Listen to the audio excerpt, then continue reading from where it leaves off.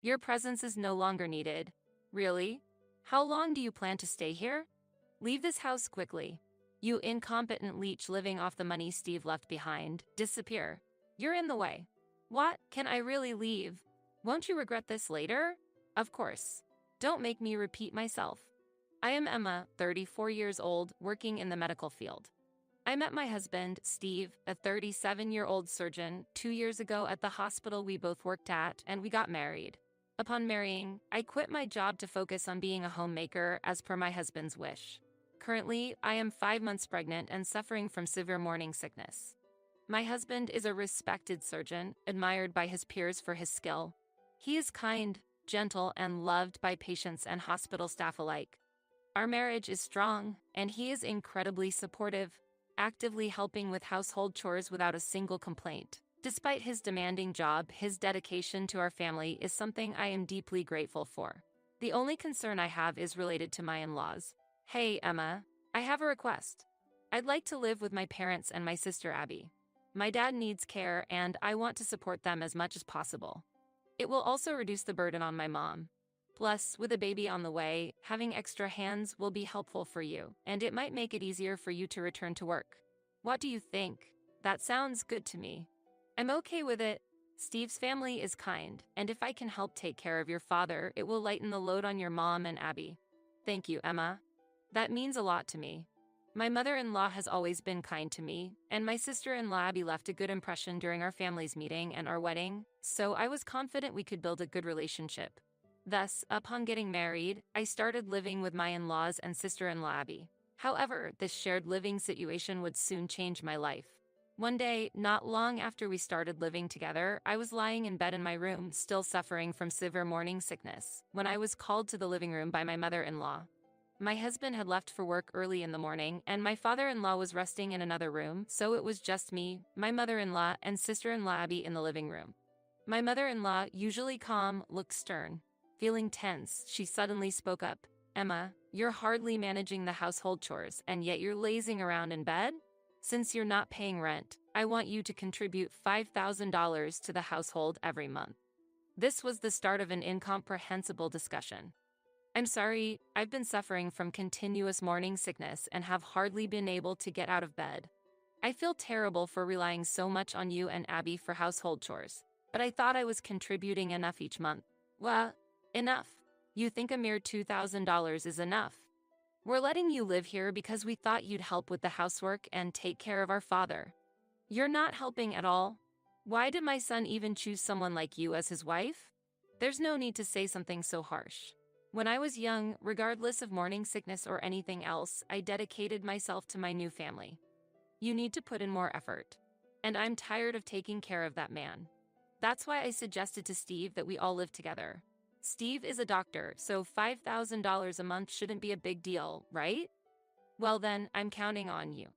We're going out for a bit, so take care of the housework and take care of our father. Useless sister-in-law. Saying this, the two of them left. I was shocked by their sudden change of attitude, as I thought we were getting along well. Despite not feeling well, I couldn't just sit around. So I managed to suppress my discomfort from the morning sickness and started cleaning, doing laundry, and preparing meals for my father-in-law. My father-in-law, though unable to move his lower body, did not show signs of dementia and communicated well. He seemed to feel guilty about me taking care of everything alone, especially considering my pregnancy. I'm truly sorry that you have to take on everything, Emma. Considering the baby and your own health, I wish it wasn't so burdensome for you. It's okay. Steve is very supportive, so I don't feel burdened at all. Besides, I enjoy the time I spend talking with you. I'm really grateful, my father-in-law said, tears welling up in his eyes, expressing his gratitude. That evening, when my husband returned home, I told him about the demand from my mother-in-law and Abby for a monthly contribution of $5,000. However, I didn't mention their change in attitude, not wanting to worry him. $5,000, huh? Understood. Well, we are living here and my parents are living on their pension. Abby also has a regular work and doesn't have a stable income. My husband agreed to the monthly payment of $5,000 without hesitation, understanding the situation. Since my husband was okay with it, I reluctantly agreed as well. Then, one day, I received a call that my husband had collapsed at the hospital while at work. Worried sick, I managed to calm my panic enough to find out which hospital he was taken to, and immediately called a taxi to rush there. Steve was already unconscious during the transport, and tears threatened to spill in the taxi. My mind was filled with pessimistic thoughts, hoping against hope that he would be okay. But, despite my wishes, Steve passed away shortly after we arrived at the hospital from an acute heart attack. He had left the house that morning with his usual kind smile, making it hard to accept the reality. Steve was only 37 years old. He had his whole life ahead of him, passionate about his work and excited to become a father soon. The thought of not being able to introduce our child to his or her father left me sobbing beside his body. Time passed, and my mother-in-law and Abby arrived at the hospital. My father-in-law had to stay home, so a helper was arranged urgently. Oh, I can't believe this.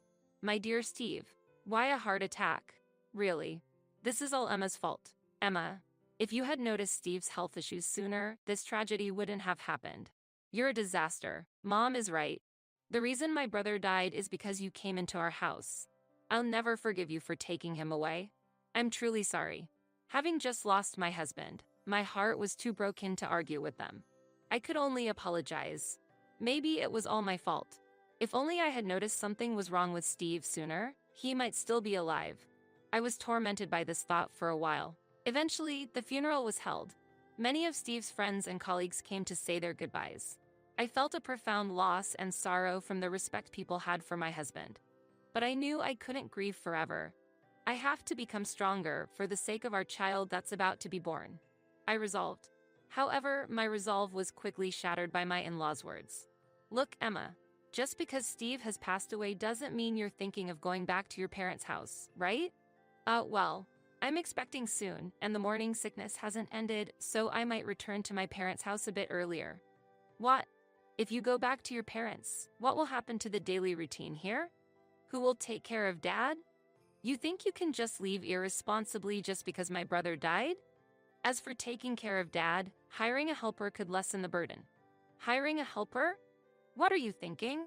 As long as you're here, there's no need for outside help. That's a waste of money. Angered by their words, I responded, may I remind you, my mother-in-law is almost always home, and Abby only works 3 days a week on a non-regular basis. Aren't you two perfectly capable of handling the household and taking care of Dad? My mother-in-law retorted, I'm busy with community activities and hobbies. I don't have time to do housework, let alone care for him. She spends her time at home just watching TV and lounging around, using any excuse to shift all responsibility onto me. On my days off from my part-time job, I'm busy looking for a marriage partner. I can't spare any effort or money on beauty treatments to find a handsome, high-earning man. Oh, I just don't have enough time. Unlike you, who can stay home all day? Abby, significantly overweight and far from the beauty ideal she claimed, bafflingly exuded confidence from nowhere. And Emma, it's not an exaggeration to say Steve's death is your fault. So, you'll continue to take care of the household and Dad, and will also need the same $5,000 a month for living expenses. We've heard about the savings Steve left behind, so paying shouldn't be an issue, right? But I don't have an income right now, and with the baby coming, expenses will increase. I wanted to save Steve's money for our child's future. Oh, but is that child really Steve's? Could it be someone else's? That's really funny. Really? Emma, you're so vulgar. Then it's even more unthinkable to use Steve's money for a child that might not be his.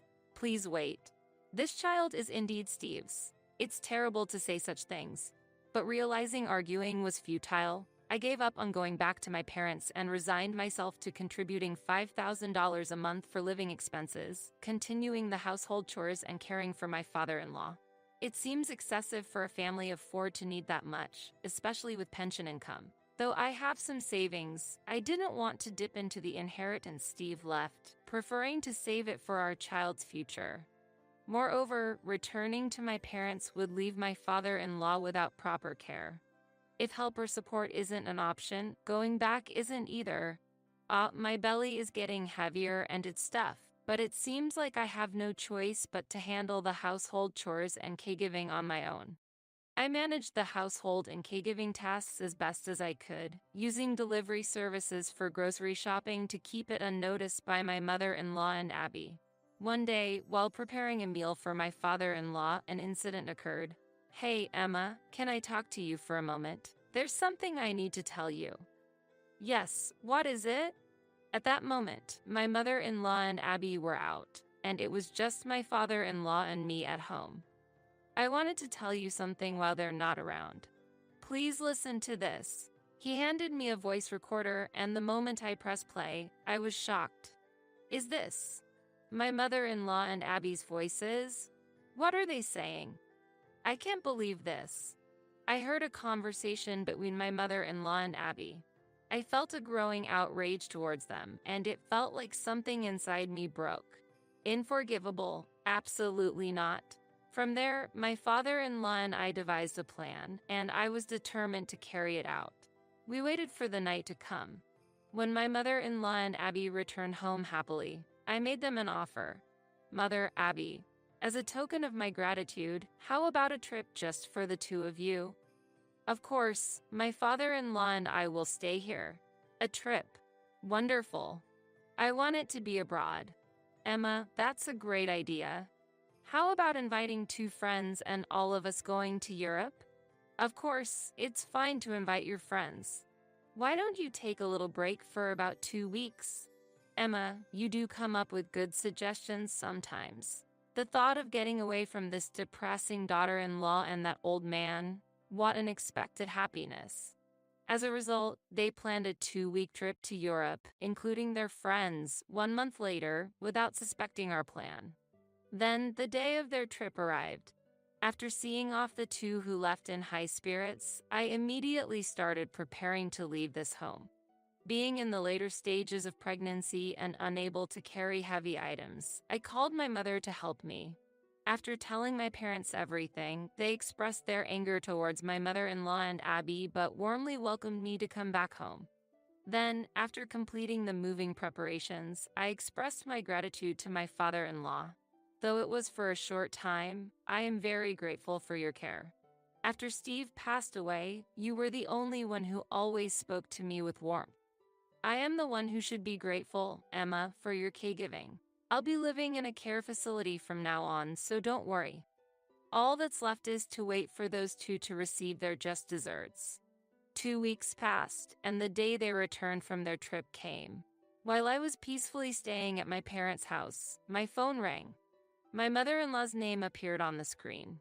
When I answered, she demanded I return home immediately, so I reluctantly agreed. Welcome back, Mother. Did you enjoy your trip to Europe? Enjoyed it? That's not the point, Emma. We were happy to go on the trip you gifted us, but why are we being billed for it? There's a bill for $20,000. I thought it was lucky it only came to $20,000 for 4 of you. I was expecting it to easily exceed $30,000 with such luxurious accommodations. What are you talking about? Boyfriend? We just invited some friends from the neighborhood, and it was just the 4 of us. Oh, is that so? But I have evidence here. Please have a look at the envelope on the living room table. My mother-in-law and Abby were then confronted with a report from a detective. What is this? You tricked us by hiring a detective, you sly woman. No, it wasn't me who hired the detective. It was my father-in-law. What Dad did? Yes, it was actually my father-in-law who had requested the investigation. One day, he grew suspicious of my mother-in-law and Abby's behavior and installed a hidden microphone in the living room to eavesdrop on their conversations. Listen, Mom. Last night, I went on a date with a charming man who earns over $1 million a year. He's married, but he showed a lot of interest in me and came on to me strongly. I ended up not coming home until morning. I'll make him divorce his wife and take him for myself. That's wonderful, Abby. Go ahead and get that man for yourself. I also hope my wealthy lover will divorce his spouse soon and become mine alone. Then, eventually, we'll leave this place and start a luxurious life. In fact, they were involved with married men and planning to leave my father-in-law behind and move out of the house. Furious with this revelation, my father-in-law and I planned the trip as a strategy. He expected them to bring their affairs along on the trip and hired a detective to investigate during their absence.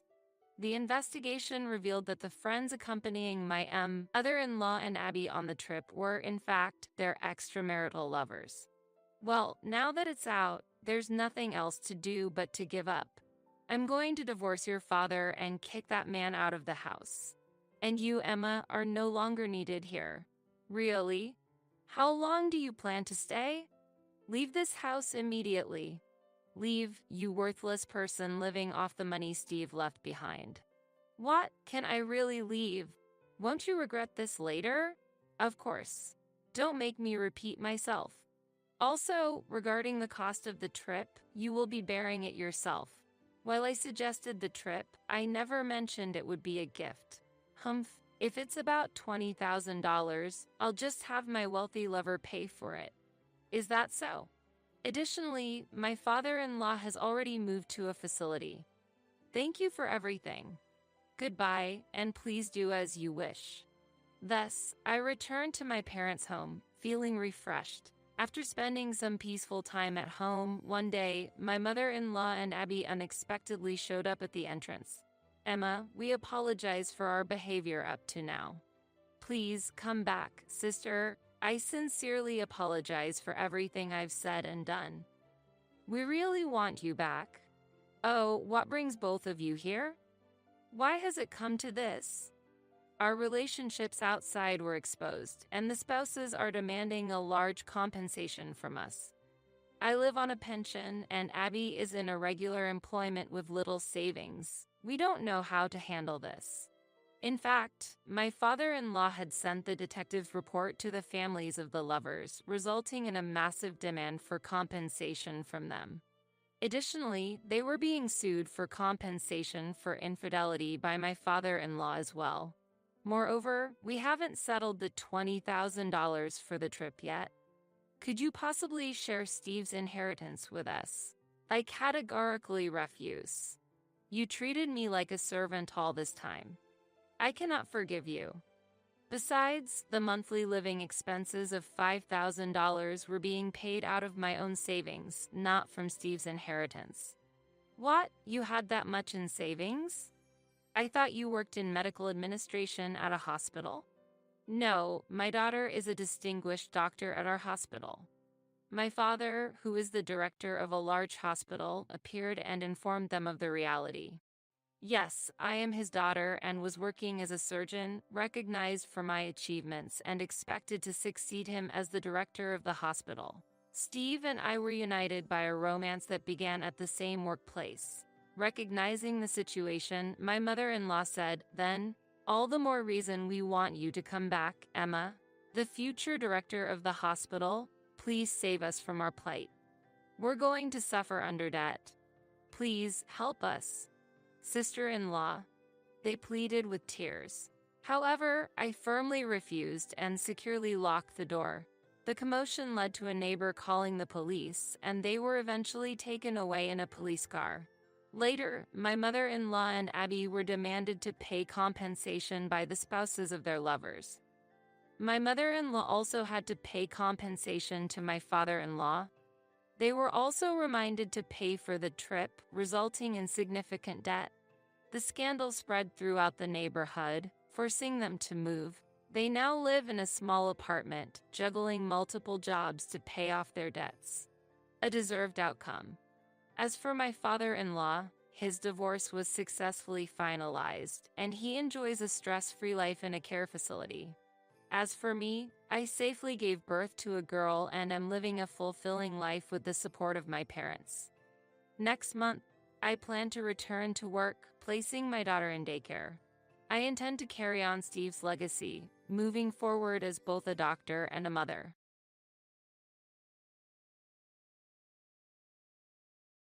My son, who earns a high income, and you, who spend every day without working, are not compatible. My son and I are planning to live here from now on, so please leave immediately. It happened on a day when my husband, who usually stays in his room, had gone out for a bit. Suddenly, the intercom at my house buzzed incessantly, and when I opened the door, my mother-in-law was standing there, looking excited. Taken aback by this sudden visit, I asked, "Hello, mother-in-law. What brings you here at this time? Before anything, answer the intercom immediately when it rings. Making me wait is quite rude, don't you think? I'm sorry, I was a bit tied up with work. Work? It's hard to believe you do any real work at home. I bet you're just lazing around, aren't you? That's not true. I'm genuinely working. I don't want to hear excuses. You live a comfortable life here every day, yet benefit from my son's high salary. I think it's unfair. We intend to start a new life here, just my son and I. Could you find somewhere else to go? She pulled out a piece of paper from an envelope she was holding and handed it to me with a smug smile. Here, take a look. The paper read divorce papers. Moreover, my husband's section was already filled out. Wait, are these divorce papers? Yes. He's also come to realize he can't be with you any longer. So, sign this and leave this place immediately. She looked incredibly proud of herself, perhaps relishing the shock she imagined I'd be in. But I wasn't as flustered as she thought. With a slight smile, I promptly signed the divorce papers. Inwardly, I couldn't help but chuckle at how much she misunderstood. She didn't know anything. My name is Nancy. I work from home, hustling as a freelance writer and editor. I used to work for a publishing company, so I've leveraged that experience to maintain a stable income even now. While working at the publishing company, it wasn't uncommon to work late into the night or even on weekends. But the compensation was good, and thanks to my salary, bonuses, and copyright-related rewards from the publishing world, I managed to save a considerable amount. Thanks to that, despite the instability of freelancing, I've been able to live comfortably. I met my husband, Dylan, while working together at the publishing company. He was an aspiring writer, chasing his dreams, and I supported and resonated with his passion. Gradually, my feelings of appreciation turned into love, leading to our marriage. Initially, our married life was fulfilling as we supported each other's careers. Upon getting married, I started freelancing, switching to working from home. Until then, I believed both my husband and in-laws understood and appreciated my career and income. However, as time passed, it seemed their misunderstandings about my work grew. My in-laws held traditional values. In their generation, the concept of working from home wasn't common. They also perceived freelancing as unstable, especially compared to my husband's regular employment, and thus devalued my work. Additionally, Dylan began telling his parents how successful he had become as a renowned writer. Because of this, the cold attitude of my in-laws towards me intensified. Every time we met, they'd sarcastically say things like, "Oh, look, it's Nancy who doesn't seem to work much. What brings you here today? Looking for a job recommendation? Mother-in-law, if you're concerned about our living expenses, I apologize, but I'm earning well, so there's no need to worry." Well, you sound quite confident. Maybe you should show more gratitude to Dylan. Without him, you'd be in trouble, wouldn't you?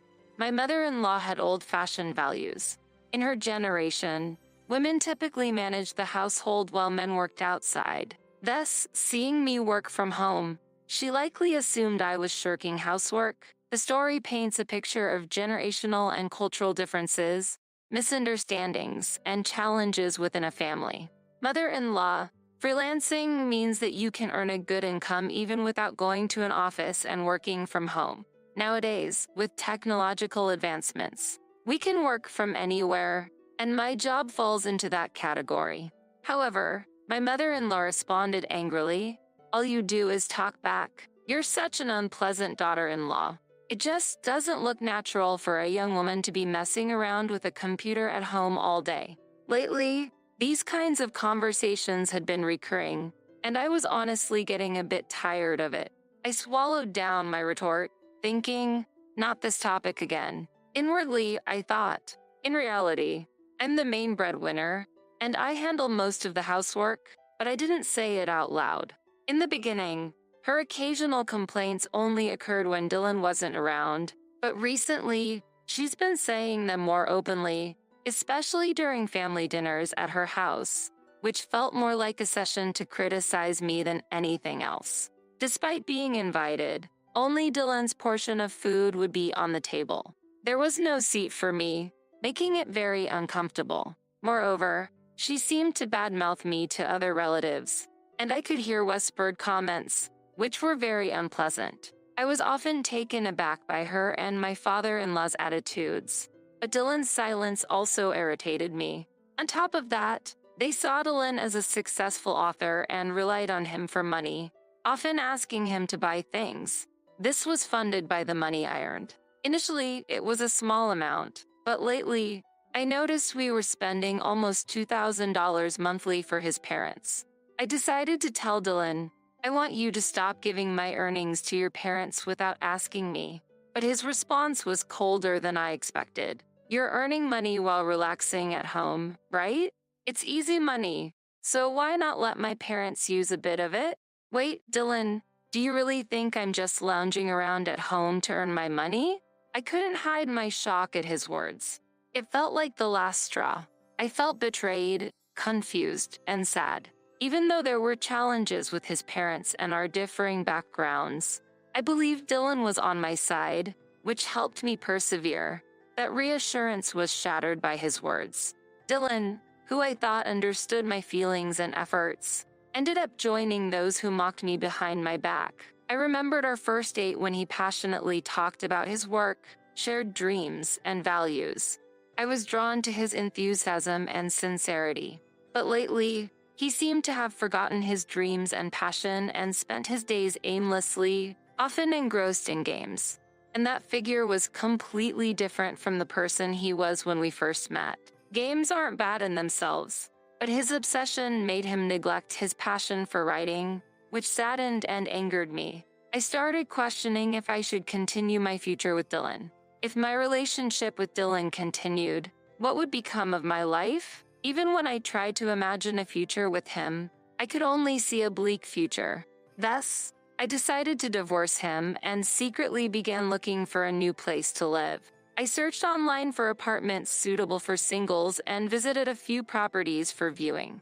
Focusing on apartments with a quiet living environment and strong security, I finally decided on one property. One day, while Dylan, who usually played games in his room, was out, my mother-in-law visited. Surprised by her sudden visit, I opened the door. Without waiting, she sat on the living room sofa and bluntly said, "Nancy, you should leave this place. What are you saying all of a sudden?"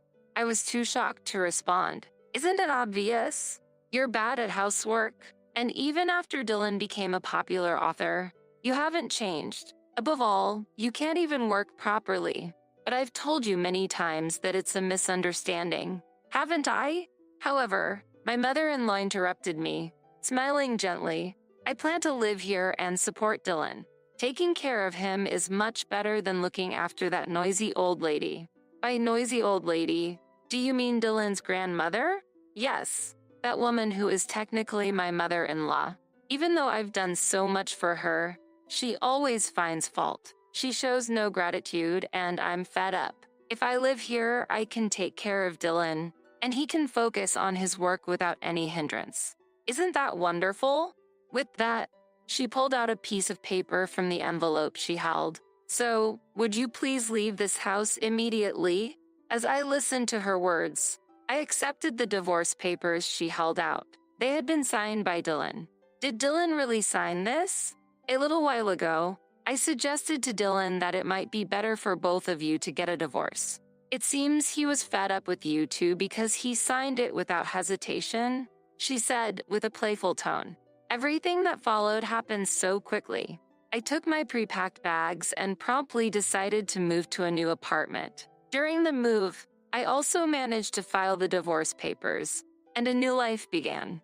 My new life was more smooth and comfortable than I had expected. My small apartment had only essential furniture and appliances, and its simplicity seemed to boost my focus.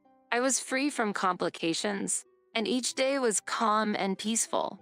I'd wake up to natural light streaming in through the window and the sound of birds chirping in the distance. I would get up whenever I wanted, eat breakfast, and plan my day. When I start working, I get so engrossed that time would fly by. It felt heavenly not having to worry about the gaze and expectations of Dylan and my parents-in-laws, and to be able to work at my own pace. One day, as I was engrossed in work at my desk, my smartphone vibrated. It was a call from Dylan. I hesitated but decided to answer. "Nancy, please come back right now." A desperate Dylan pleaded. "Why would you want me to come back all of a sudden?" To be honest, my parents found out I lied about being a popular author.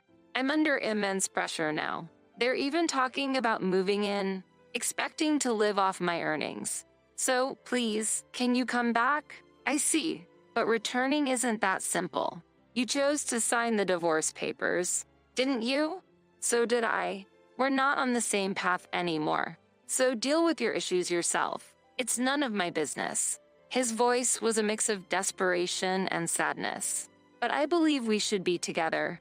Please come back. Firmly, I responded, "We've chosen different lives now." I could hear Dylan taking a deep breath on the other end.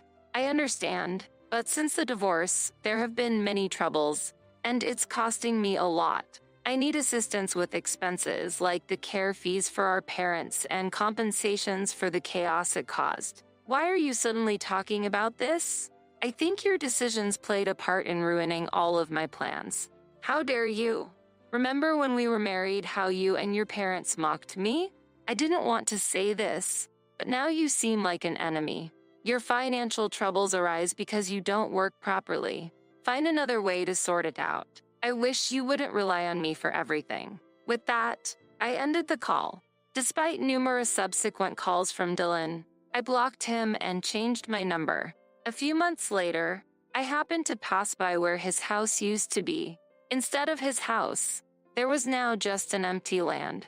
A nearby resident told me about the recent disputes at his place, with police getting involved at times. The neighbor's words seemed to contain all the emotions of the situation. As she said, "You must have gone through a lot, too. There must have been a lot of turmoil leading to the loss of his house." I stood there for a while, reflecting on our past. The unexpected outcome might be some kind of karma. Dylan's little lie had had such a significant impact, more unbelievable than any story he might have written. From then on, I pledged to myself to live honestly, expressing my feelings and thoughts without lies or pretense. No matter how challenging things get, I recognize the importance of conveying the truth and cherishing genuine feelings.